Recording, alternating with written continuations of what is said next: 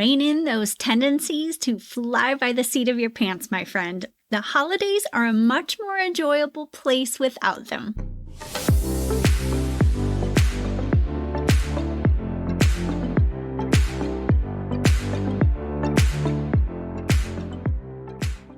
I'm Karli Newman, and you're listening to Flipside of Midlife, a podcast for women in midlife and beyond who want to feel happy, healthy, and fulfilled.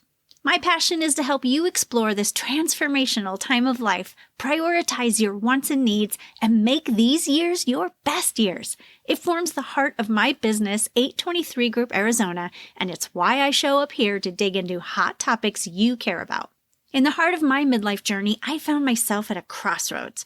I was happy in my professional and personal life, but I couldn't shake the feeling that something was missing.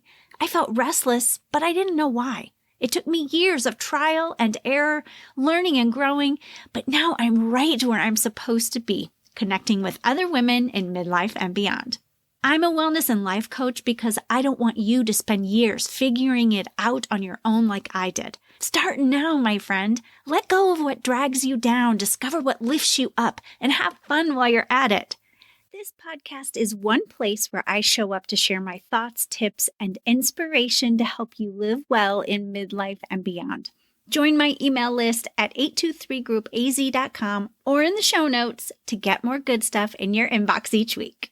Be honest with yourself. Do you enjoy last-minute rushing around, wondering if you missed anything, or getting to a critical moment and realizing you did forget something? How about feeling like you have to do it all yourself, or if you don't do it all, it won't be done as well as you can do it? It doesn't matter if you consider yourself a big-time procrastinator or a hardcore planner. This episode has useful tips to help you thrive through the holidays with a plan. It's time to grab your journal, notebook, or favorite app and get ready to take some notes. Have your December calendar handy too.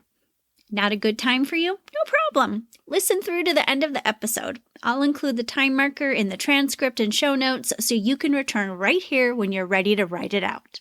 Tip number 1 is to create and maintain a monthly master task list. If you don't already have one, now is your chance. Brain dump your events, tasks, deadlines, and commitments onto the page. Some like to keep separate master lists for different parts of their life, and some manage it all together. Do whatever works for you. If you want to get extra detailed, write down an estimated time it will take to complete each of the tasks on your list. This will come in handy when we get to tip number 4 a little bit later on. This master list is what you need for my second tip, which is to simplify. Do you have any events or commitments you are less than excited about? How can you minimize your role in those or maybe bow out altogether?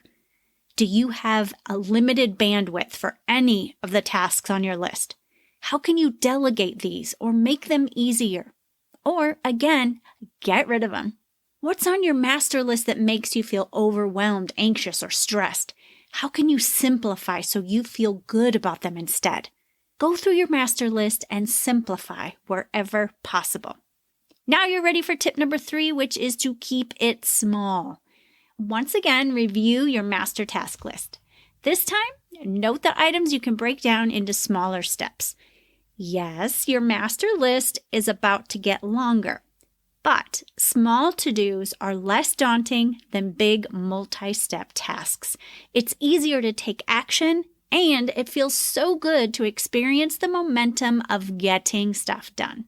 Planners and procrastinators both love this feeling. There are more benefits to keeping it small, too. For example, you are less likely to forget something, and you can see additional opportunities to simplify your master list even further. Now it's time for tip number 4, schedule your tasks.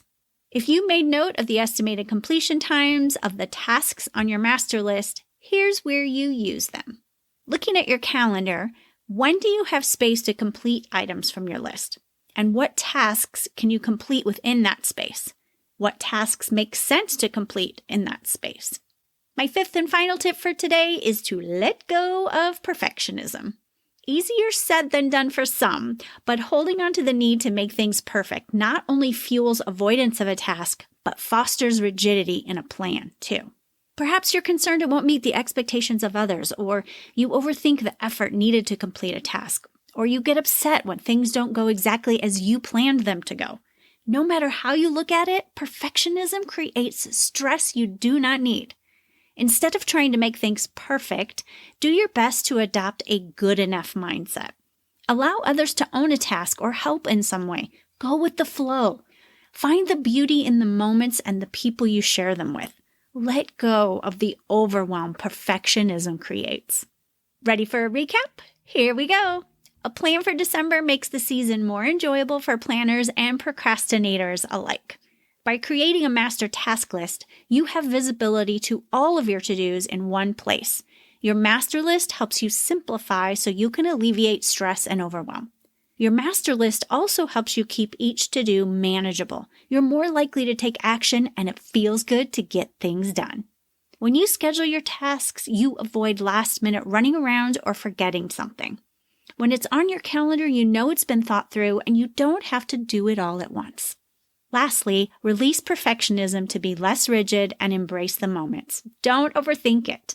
Your well-being is a filter that helps you create and implement the holiday plan that feels best to you. If something doesn't feel right, find a way to simplify, break it down, or let go of perfectionism. Be sure to listen in next week when I talk about mindfulness and how it can help you thrive through the holidays. Until then, be well, my friend. Thanks for listening to Flipside of Midlife. I'd love to hear from you. What are your thoughts about today's episode or anything else related to midlife and beyond? Send me an email at karli@823groupaz.com, or if you're listening on Spotify, you can use your mobile app to respond to my Q&A and poll questions. Wherever you listen, please follow, subscribe, rate, or write a review, and tell your girlfriends to listen too. Midlife and Beyond is a place for us to celebrate together.